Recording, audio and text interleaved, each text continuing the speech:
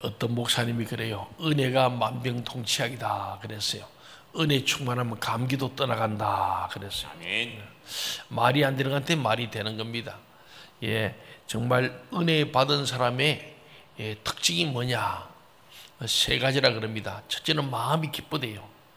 여러분 은혜 받아 보셨습니까? 아멘. 은혜 받아 마음이 기쁩니까? 아멘. 기쁘고. 또 입술에서 감사가 나온대요. 입만 열면 감사. 세 번째는 막 몸이 기뻐서 춤을 추며 찬양한다는 거죠. 온몸으로 기뻐 찬양한다. 그러니까 마음이 기쁘고 입술에 감사가 있고 우리 몸으로 찬양하는 그것이 바로 은혜 받은 사람의 증거다 그랬고, 그리고 은혜를 받으면은 모든 영혼육의 질병도 떠나간다 그랬습니다. 아멘. 그래서 우리는 은혜 위에 은혜고 은혜 아닌 것이 없다 그러잖아요. 여러분에게 이 은혜가 충만하기를 바랍니다. 아멘. 은혜 받으면 감사합니다. 은혜 받으면 기뻐합니다. 은혜 받으면 헌신합니다. 은혜 받으면 순종합니다. 은혜 받으면 예배합니다. 은혜 받으면 박수치며 찬양하고 손을 들어 찬양할 줄로 믿습니다. 아멘. 오늘도 지난주에 말씀한데 여러분의 귀가 복된 귀가 되길 바랍니다. 아멘. 어떤 귀가 복된 귀냐? 하나님의 말씀을 경청하는 게 복된 귀다. 사단 마귀 소리, 세상 소리에 관심 있는 게 아니고 그것은 소문이니까 흘러가 버리고, 문이 아니라 우리 경청 하나님의 음성을 잘 듣는 거, 귀를 기울여 듣는 복된 귀가 되길 바랍니다. 아멘. 또 복된 눈이라는 것은 우리 하나님을 보는 눈이죠. 세상에 많은 것이 보입니다만 수많은 것들을 우리가 보는 것이 아니고 그 속에서 하나님을 볼 수 있는 눈, 세례 요한은 복된 귀와 복된 눈을 가짐으로 예수님의 말씀을 들을 수 있었고 예수님을 알아볼 수 있는 복된 눈과 귀를 가짐으로 복된 입술로 보라 세상 죄를 지은 하나님의 어린 양이로다. 그는 흥해야 되겠고 나는 쉬어야 되겠다. 나는 그의 신발끈을 풀게도 감당할 수 없어 납작 엎드릴 수밖에 없다고 말했던 세례 요한이 복 있는 사람이죠. 그는 그래서 복 있는 입술이어서 바른 눈과 바른 귀를 가지고 바른 소리, 광야의 외치는 자의 소리, 이스라엘 민족의 범죄와 죄를 보고 회개를 요구한, 회개를 촉구했던 세례 요한의 그 놀라운 설교 듣고 수많은 사람이 회개하고 죄사함 받고 세례받았던 그 엄청난 사역을 감당했던 광야에 외치는 자, 그의 마음이 광야고 빈들이고 비어 있으므로 겸손히 주님이 오실 때, 사람들은 세례 요한이 워낙 설교도 강력하게 하면서 원색적인 설교를 하고 그 앞에서 사람들이 회개하고 떼굴떼굴 구르고, 그리고는 그들이 죄사함을 받음을 선포하니까 물에 들어서 다 세례받는 요단강가의 수많은 진풍경. 그래서 사람들이 저 세례 요한이 말라기서 했던 그 엘리야인가 보다, 저 세례 요한이 메시아인가 보다. 그래서 사람들이 다 메시아로 추앙하는 가운데 예수님이 나타나니까 자기는 뒤로 빠지면서 저분이 진짜 예수 그리스도가 나는 그리스도 아니라 했던 세례 요한의 말씀 한 주간 지나면서 묵상하고 기억하십니까? 아멘. 여러분이 복된 눈과 귀를 가짐으로 복 있는 사람 되기를 주의 이름으로 축원합니다. 아멘. 그런데 우리 인간 생활이 이렇게 은혜가 넘치고 복된 눈과 귀를 가지고 복 있는 사람이 얼마나 좋겠습니까? 많은 사람들이 갈등과 불행을 경험하고 있습니다. 많은 사람들이 이 갈등과 많은 고민, 불만족, 불행의 원인이 뭔가를 많은 사람들이 연구를 했죠. 그런데 많은 사람들이 공통적으로 한 얘기는 자기 중심적일 때, 이기적일 때 불만족과 갈등과 불화와 불행이 온다, 그런 거예요. 부부들도 불행을 겪고 있는 까닭을 깊이 심층 분석해 보면은 서로가 자기 중심적으로 상대를 이해하고 판단하기 때문이라고 합니다. 그렇게 사는 한 아무리 세월이 흘러도 부부가 서로 동화되기란 불가능합니다. 단지 몸만 한 지붕 아래에 거할 뿐 타인과 다를 바가 없는 부부로 살아갈 수 있다고 말하고 있습니다.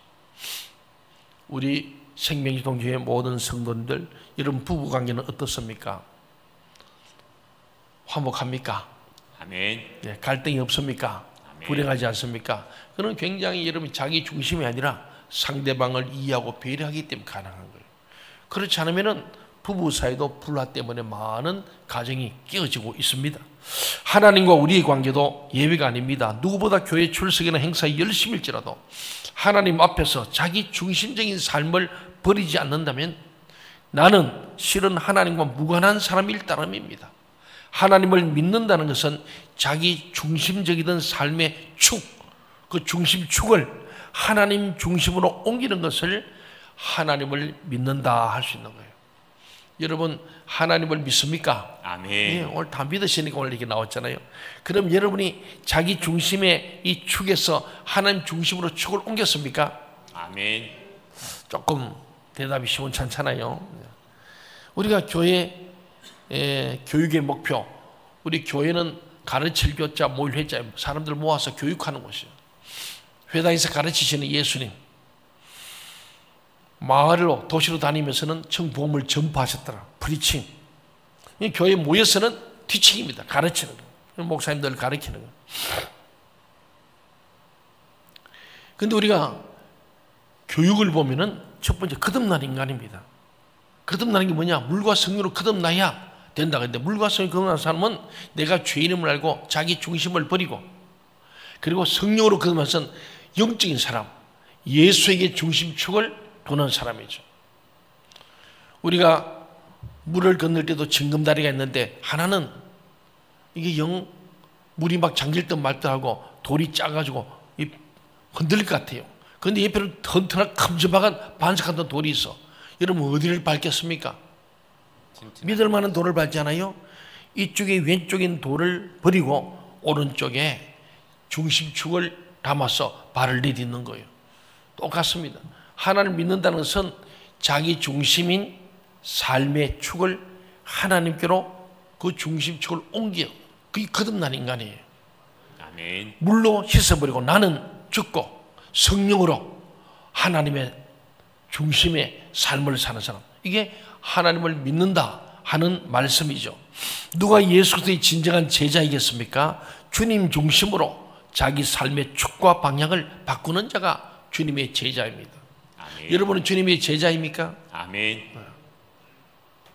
대답이 시원찮아요. 그래서 예수님께서도 마태복음 6장에서 주는 그리스도시요 살인 하나님 아들입니다. 그럴 때 참 바요나시 잘했다. 네가 한 게 아니고 하늘의 하나님께서 너희에게 우리가 고백하는데 그 정답이다. 나는 주다, 주. 내가 주님이고 내가 그리스도고 내가 하나님 아들이다.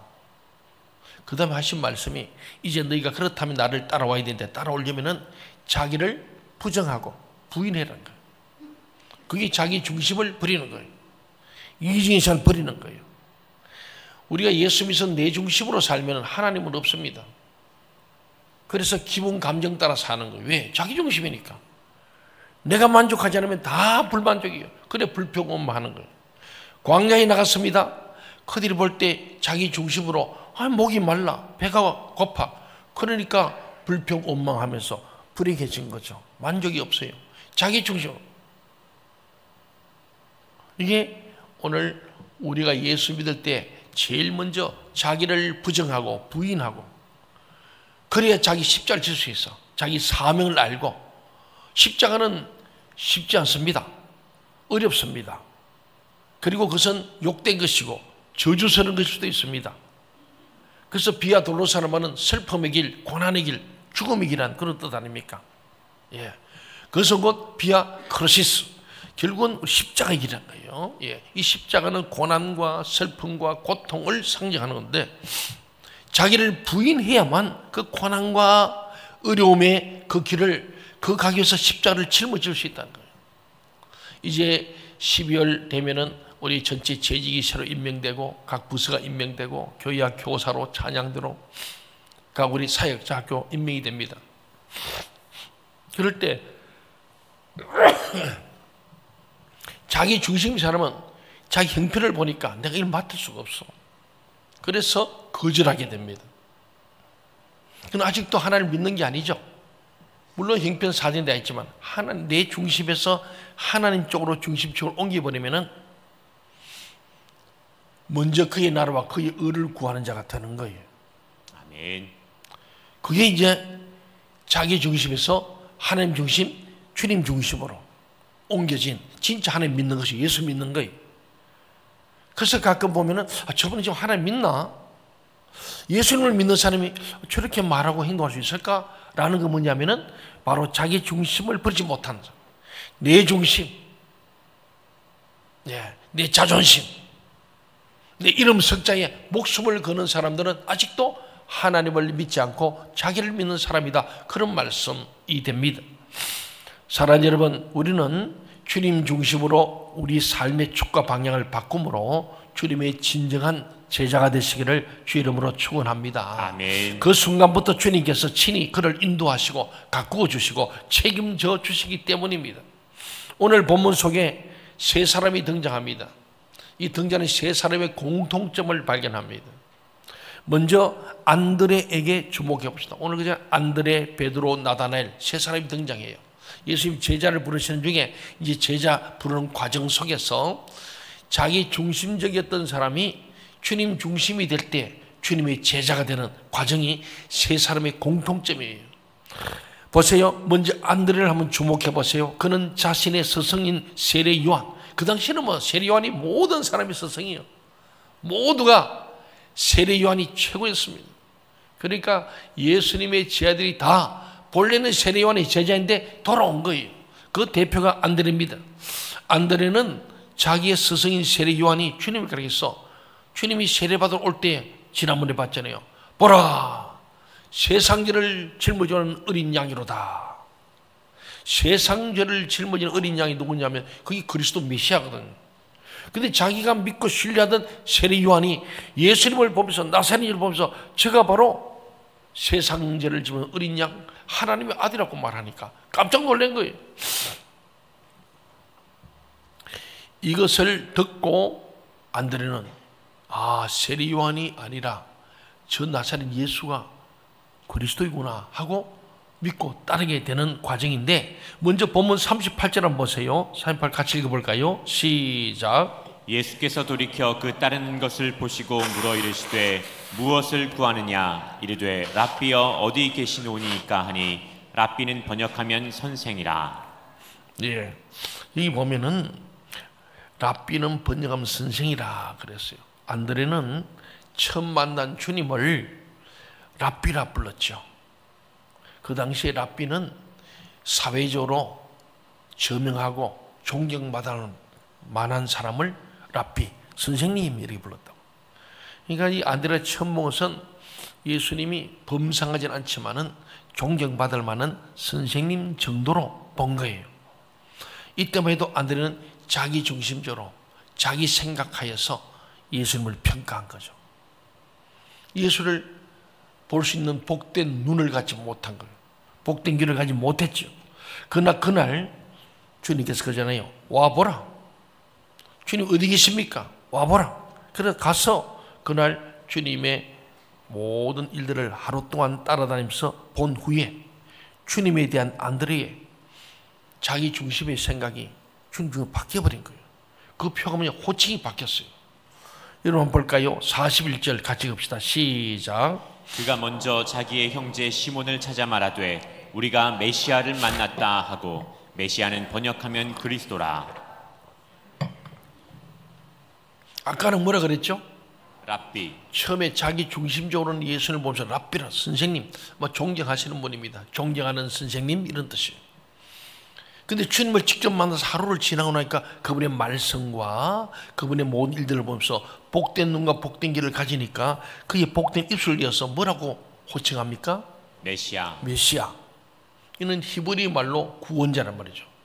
그 메시아는 그리스도, 헬라어로 역시 구원자입니다. 자기 중심적인 사고의 축을 주님께로 옮긴 것이었어요. 그리고 그는 드디어 주님의 진정한 제자가 된 거예요. 무엇 때문에? 자기 중심의 사고방식의 축을 주님 중심의 사고방식으로 바꿨을 때, 중심이 옮겨졌을 때 제자가 되는 거예요. 우리 교회는 제자화를 외치는 교회고, 제자화를 꿈꾸고 제자화를 이루기를 원하는 교회입니다. 왜? 예수님은 교회 개척해라, 건물 지어라 이런 얘기보다는 주님은 처음부터 끝까지 모든 사람을 제자 삼으라. 그리고는 진짜 한 명 한 명 제자를 부르셨잖아요. 그리고 12명을 축약해서 3년 동안 집중적으로 선택과 집중을 통하여 12제자를 삼은 예수님의 12제자 비전이 모든 교회의 비전이 되어야 되고 그것이 진정한 교회예요. 아멘. 교회는 어떤 직분자를 만드는 게 아니고 제자 만드는 것이 본질적인 요소입니다. 아멘. 동의하십니까? 아멘. 제자입니다. 제자. 자기 중심적 사고를 버리고 예수께로 중심적으로 옮긴 사람이 교회의 장로가 되고 집사가 되고 권사가 되고 우리 모든 안수사가 되고 성도가 돼요. 그럴 때 교회는 제자화된 교회고 이런 교회는 자기 중심적인 생각을 벗어나서 주님 중심, 하나님 중심 때문에 교회가 하나 될 수밖에 없어. 왜? 하나님도 하나요, 예수도 하나요, 성령도 하나고 교회도 하나이기 때문에. 그래서 오늘 안드레가 제자 되는 과정이 저와 여러분이 제자 되는 과정과도 동일하다. 오늘 우리는 내 중심의 사고에서 내가 해서 주님 중심으로 우리의 사고와 삶의 중심의 축을 옮김으로 진정한 제자가 되기를 주의 이름으로 부탁드립니다. 아멘. 두 번째로 이번엔 베드로를 한번 주목해 봅시다. 베드로의 본래 이름은 시몬이었습니다. 메시아를 먼저 만난 안드레가 그의 형제 시몬을 주님께로 인도해 왔습니다. 근데 예수님이 보자마자 시몬을 보고 너는 장차 게바라. 게바는 뭐라고요? 베드로라. 반석이래, 반석.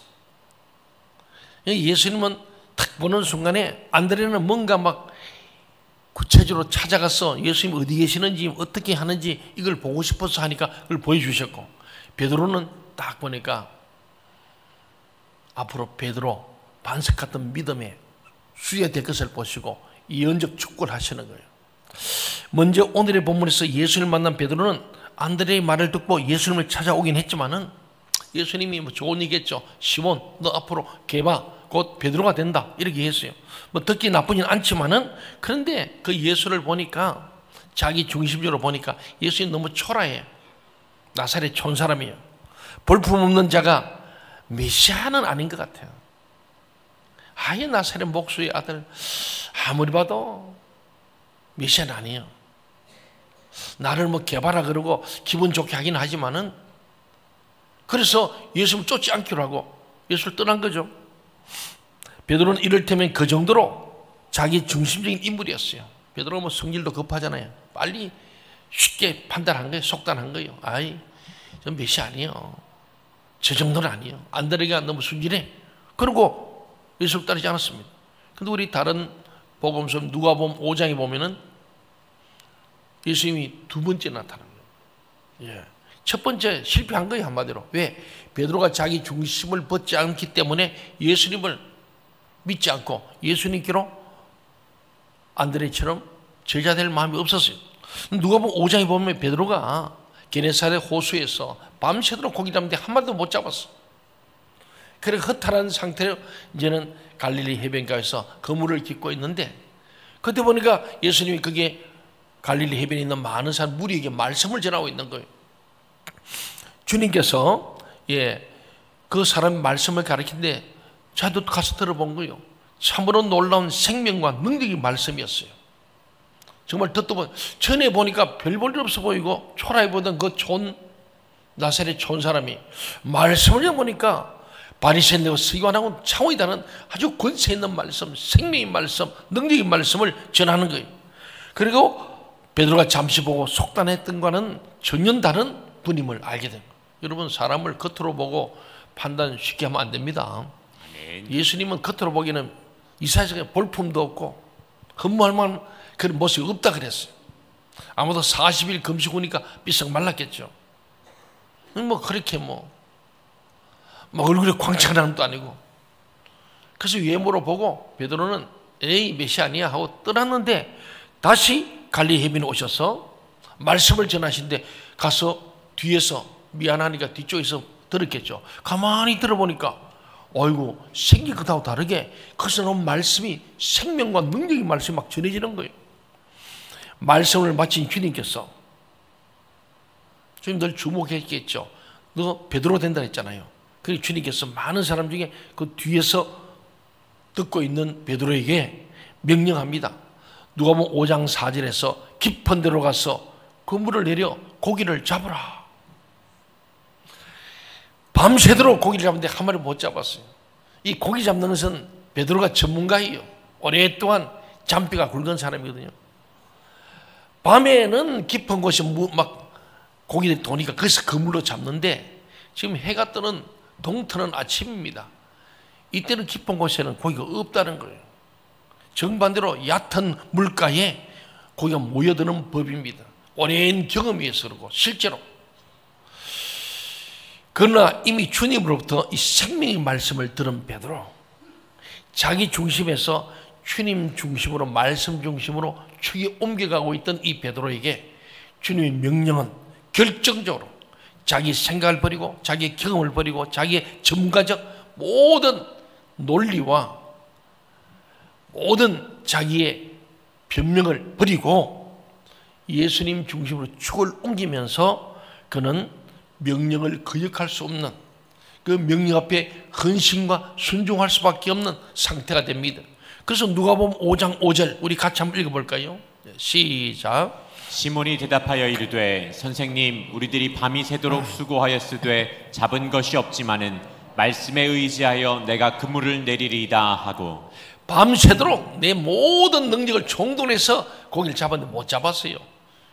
그런데 지금 깊은 곳에 갈 때가 아닙니다. 내가 지금 이 갈릴리에서 30년 잔뼈가 굵었습니다. 다 물어보세요. 지금 고기 잡으러 간 사람 있나? 다. 두 번째는 밤새도록 고기 잡으면 배가 고프지 않아서 허기진 배입니다. 피곤해요.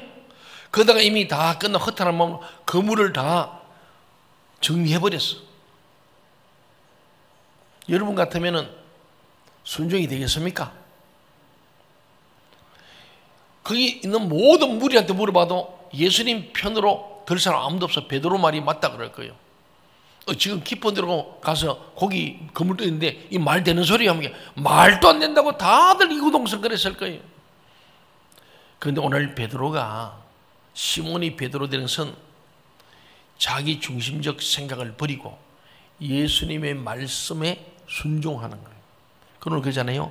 우리들이 밤이 새도록 수고를 하고 고기를 하려고 애를 쓴다. 우리의 노하우를 총동원했는데 한 마리도 못 잡았다. 그러나 우리의 생각을 버리고 내 이론과 논리를 버리고 말씀에 의지하여, 당신의 말씀에 의지하여 내가 그물을 내리겠다. 배도 고프고 힘도 들고 말도 안 되는 소리고 이거 허탕칠 것이 뻔하지만은 그는 말씀에 의지하여 내가 순종하겠습니다. 결국은 제자는 순종과 헌신입니다. 아멘. 순종이 되면 제자가 될 수 없어요. 베드로가 여기서 터닝 포인트죠. 처음 볼 때는 에이 빌립이 순진해가지고 안드레가 순진해가지고 그렇지 절대 메시 아니야. 근데 주님이 그 새벽에 여명이 동트는 아침에 와서 생명과 능력의 말씀을 전하는 걸 듣고 마음이 열린 거예요. 복된 눈과 복된 귀를 가지니까 순종하게 된 거예요. 아무리 해도 순종이 될 수 없는 겁니다. 저라도 예수님 말씀은 감사합니다만은 예수님 저 목수 주시잖아요. 제가 있어 고기를 먹는데 다 물어보세요. 지금 깊은 곳에 그물 던지면 되는가요? 그 헛수고입니다. 아니면은 좀 미안하니까 절충하더라도 예수님 알겠습니다. 일단은 밥이나 좀 먹고 올게요. 밥 먹고 좀 있다가 좀 쉬었다 갈게요. 뭐 그 정도만 돼도 괜찮은 거 아닙니까? 그런데 베드로는 말씀에 적각 순종, 완전 순종, 절대 순종으로 나갑니다. 베드로가 주님의 명령에 전적으로 순종하여 깊은 곳에 그물을 던졌을 때 놀라운 일이 벌어졌습니까? 안 벌어졌습니까? 벌어졌습니다. 우리 성경을 믿죠? 성경에 보니까 놀라운 일이 벌어졌어요. 어부의 경험이나 상식과는 달리 그물이 찢어지고 배가 잠길 정도로 많은 고기가 잡혔습니다. 베드로는 곧 예수님의 무릎 앞에 엎드려 고백합니다. 이게 베드로의 훌륭한 거예요. 바로 무릎을 탁 꿇고 누가복음 5장 8절에 보니까 주여 나를 떠나소서 나는 죄인으로서이다. 베드로는 정직한 거예요. 그들은 피지 않습니다. 아, 예수님, 어쩌다 이거 참 소 뒷걸음치다 쥐잡은 것 같은데요? 아, 이렇게 바람 빠지는 소리 하는 사람 있잖아요. 아, 예수님, 어쩌다가 이 참 큰 오늘 횡재했습니다. 우리가 볼 때는 이럴 일은 없습니다. 이는 뭐, 이제 기적입니다, 기적. 그렇죠. 주님은 기적을 일으키는 분 아닙니까? 주님은 기적의 사람입니다. 아멘. 천지를 창조하신 기적의 하나님이 예수님 아닙니까? 그것은 주님을 처음 뵀을 때 자기 중심적인 판단으로 주님을 등진 데 대한 미안함, 죄송함, 이 참회로서 나를 떠났어. 근데 주님 별 면목이 없습니다. 나는 너무 큰 죄인이고 주님을 처음 무시했던 거 너무너무 죄송합니다. 그러니 주님 앞에 계신 내가 어쩔 줄 모르겠어요. 좀 나를 떠나주시오. 뭐 이런 얘기입니다. 그런 동시에 그의 삶의 방향이 자기로부터 주님 중심으로 대선회, 완전히 돌아섰음을 선언하는 고백이었습니다. 그리고 그 순간부터 그는 주님의 제자가 되었습니다. 제자는 이렇게 되는 거예요. 그냥 뭐 제자 공부한다고 되는 게 아니고 뭐 제자 책 한 권 읽어도 되는 게 아니고 주님을 만나야 합니다. 아멘. 자기 중심에서 주님 중심으로 축을 옮겨버려야 그게 제자가 되는 거예요. 그때부터 자기를 부인하고 자기 맡긴 사명의 십자가를 지고 주님을 쫓아가는 거예요. 목사의 십자가, 장로의 십자가, 안수의 십자가, 권사의 십자가, 우리 모든 성도의 십자가, 교사의 십자가, 찬양대의 십자가, 재직계 각 부서 차량부이기도. 우리 일부에 와서 차량 운전 때문에 일부에 드리고 운전하시는 분들 참 너무 귀한 거예요. 감사하죠. 그렇지 않고는 십자가 못 지요. 아니, 내가 왜 해? 그리고는 왜 나만 하냐? 누구는 안 시키냐? 꼭 그러거든요. 예수님 마지막 만찬에서 그러잖아요. 베드로가 주님 나보고는 뭐 십자가 지고 띠띠고 순교할 것처럼 얘기하셨는데 자, 당신의 사랑하는 제자 요한 어디 됩니까? 신경 쓰지 마라. 논하지 않으세요? 이렇게 얘기하잖아요. 우리는 꼭 남을 물고 늘어지거든요. 왜 저 사람은 이러고 나한테는 냐고. 여러분 자기 중심이죠 그게. 여러분 그런 마음이 들 때마다 아, 나 자기 중심이구나. 주님 주로 바꿔야 되구나. 남이야 어찌든 남아는 주님이 용서되어야 할 줄 믿습니다. 아멘. 한 해를 우리가 마감하고 새해를 준비하면서 우리 자기 중심적 사고에서 우리 주님 중심으로 옮겨짐으로 진정한 제자 길을 가는 저와 여러분 되기를 바랍니다. 아멘. 마지막으로 주목할 대상은 나다나엘입니다. 안드레, 베드로와 한 동네에 살던 이 빌립이 메시아이신 주님을 만난 후에 그의 친구 나다나엘에게 다음과 같이 증언했습니다. 오늘 45절 말씀이죠. 본문 45절 같이 읽읍시다. 시작. 빌립이 나다나엘을 찾아 이르되 모세가 율법에 기록하였고 여러 선지자가 기록한 그 일을 우리가 만났으니 요셉의 아들 나사렛 예수니라. 그러나 이 나사렛 출신 예수가 구약에 예언된 메시아라는 빌립의 증언을 접한 이 나다나엘의 반응은 매우 차가웠습니다.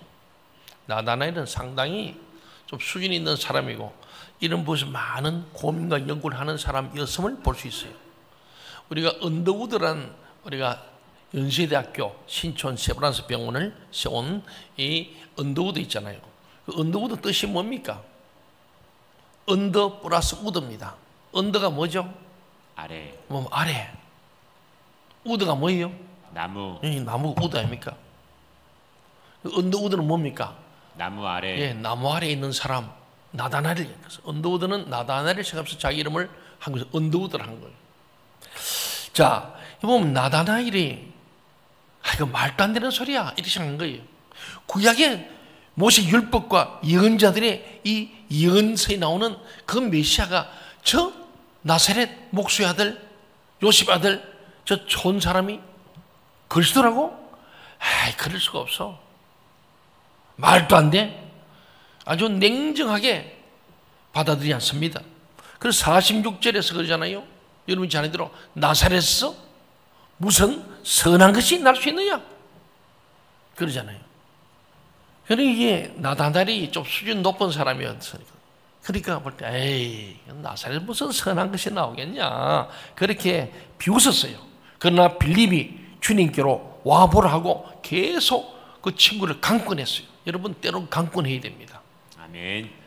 자식도요, 그냥 좋은 부모 되려고 그냥 너 하라 이렇게 두면은 나중에 후회할 때가 있는 거예요. 아닌 건 아니에요. 아니, 자유를 줘야죠.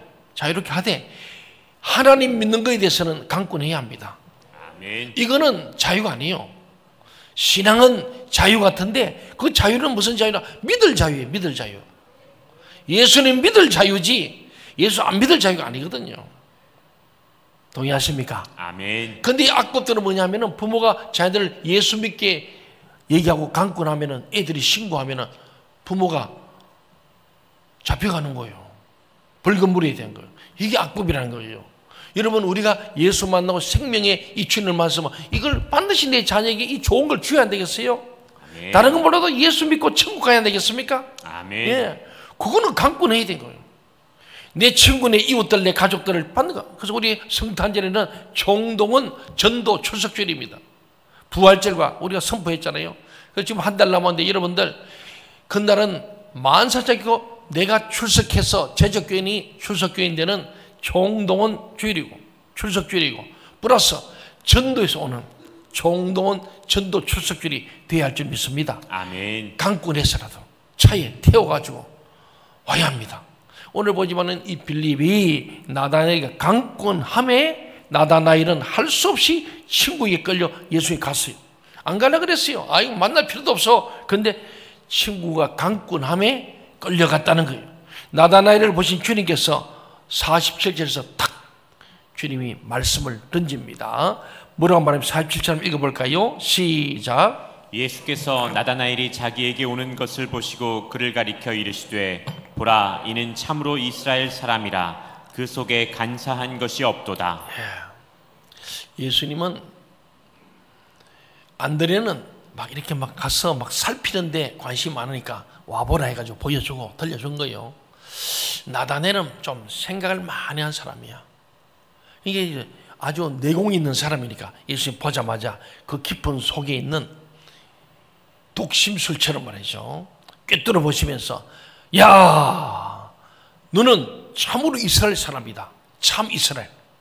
돌감나무가 참감나무. 참 이스라엘 얻으면 마음에 간삼이 없는 거예요. 거짓 없는 게 참 이스라엘 사람이에요.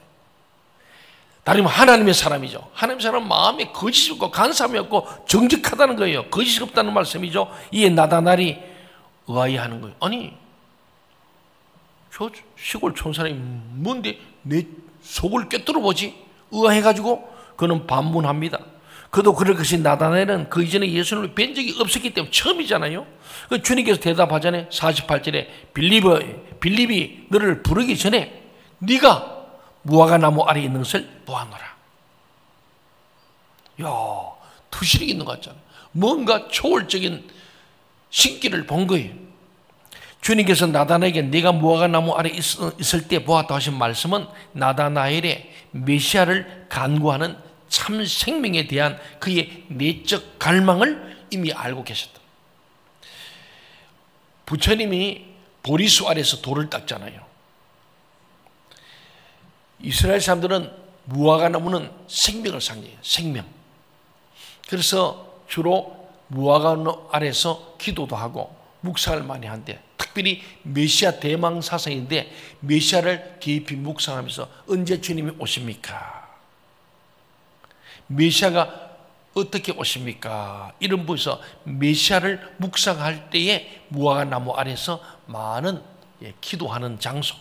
그래서 무화과 나무 아래 있는 걸 보았다 말은 네가 무화과 나무에서 메시아를 대망하고 갈망하는 거짓 없이 진실할 뿐만 아니고 정말로 하나님을 경외하는 마음을 내가 보았다. 그거 네 마음에 있지 않느냐? 그런 말씀이에요.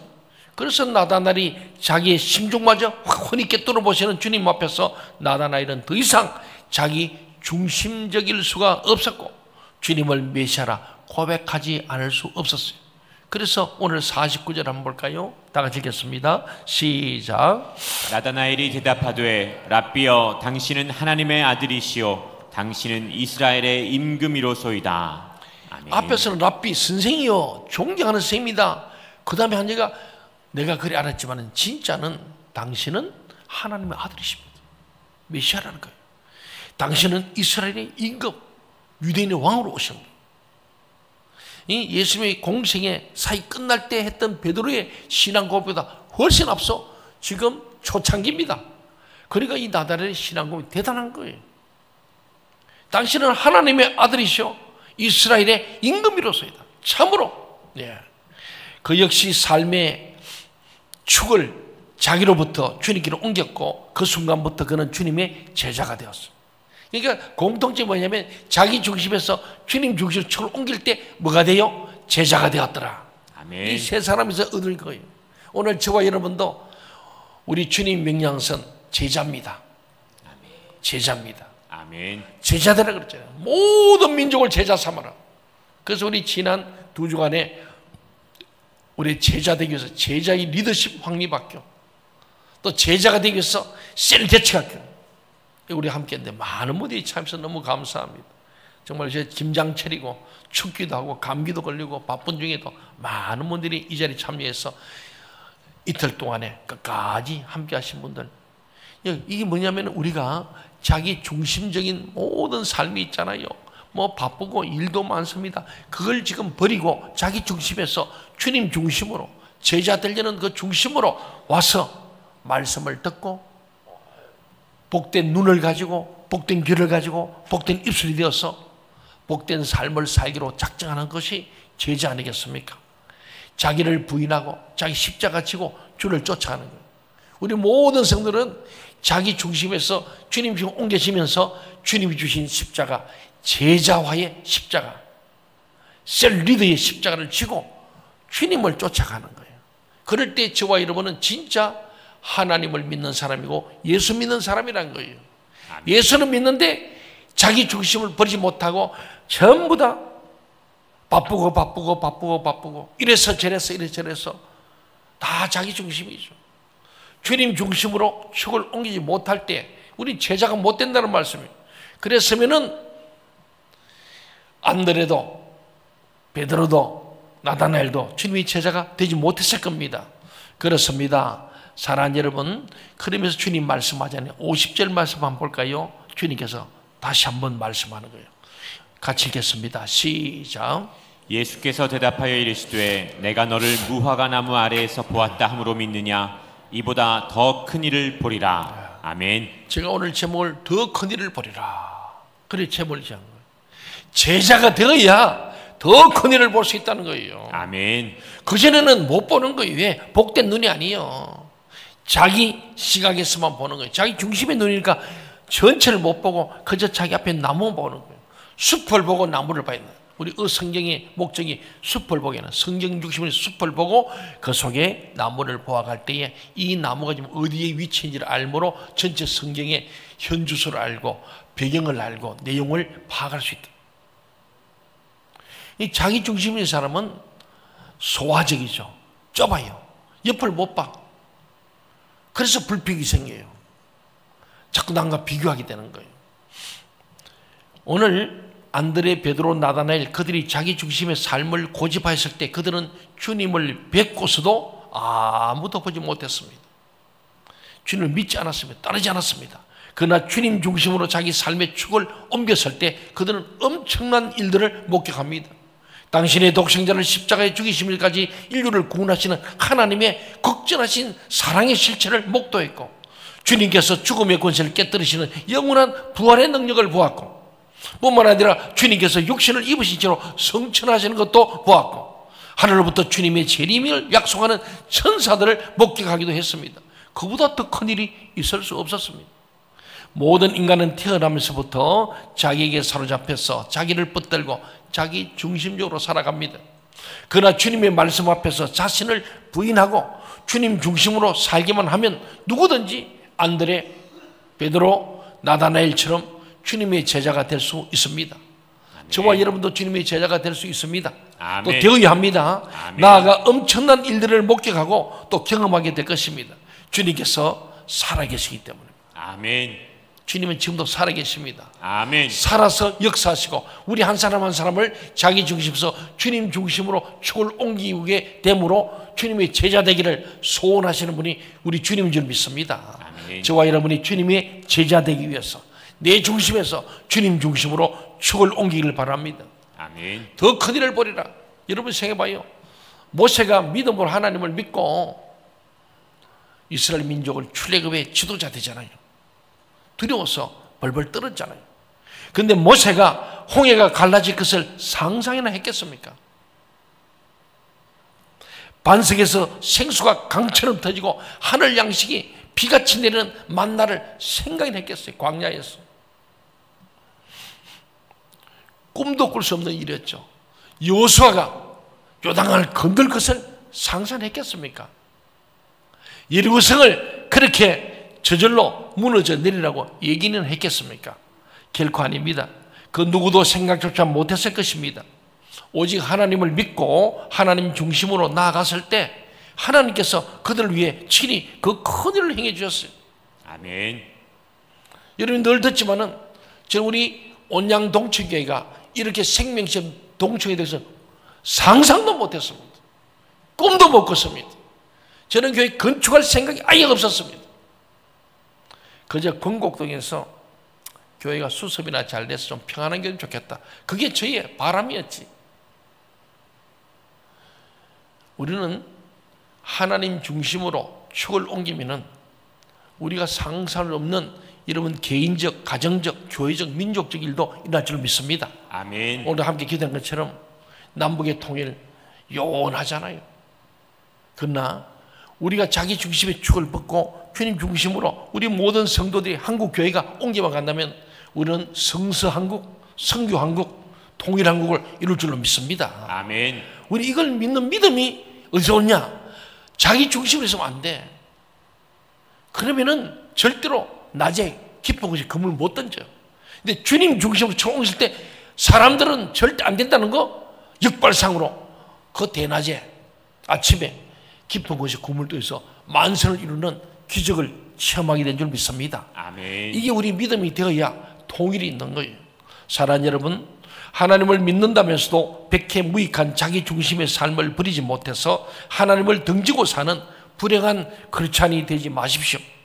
허망한 자기 욕망, 부질없는 자기 이기심을 버리고 오직 하나님을 중심에 모신 하나님의 자녀, 주님의 제자들이 되십시다. 그 순간부터 우리는 모두 더 큰 일을 보게 될 것입니다. 왠지 아십니까? 우리가 믿는 하나님께서는 천지를 창조하신 전능자이시기 때문입니다. 아멘.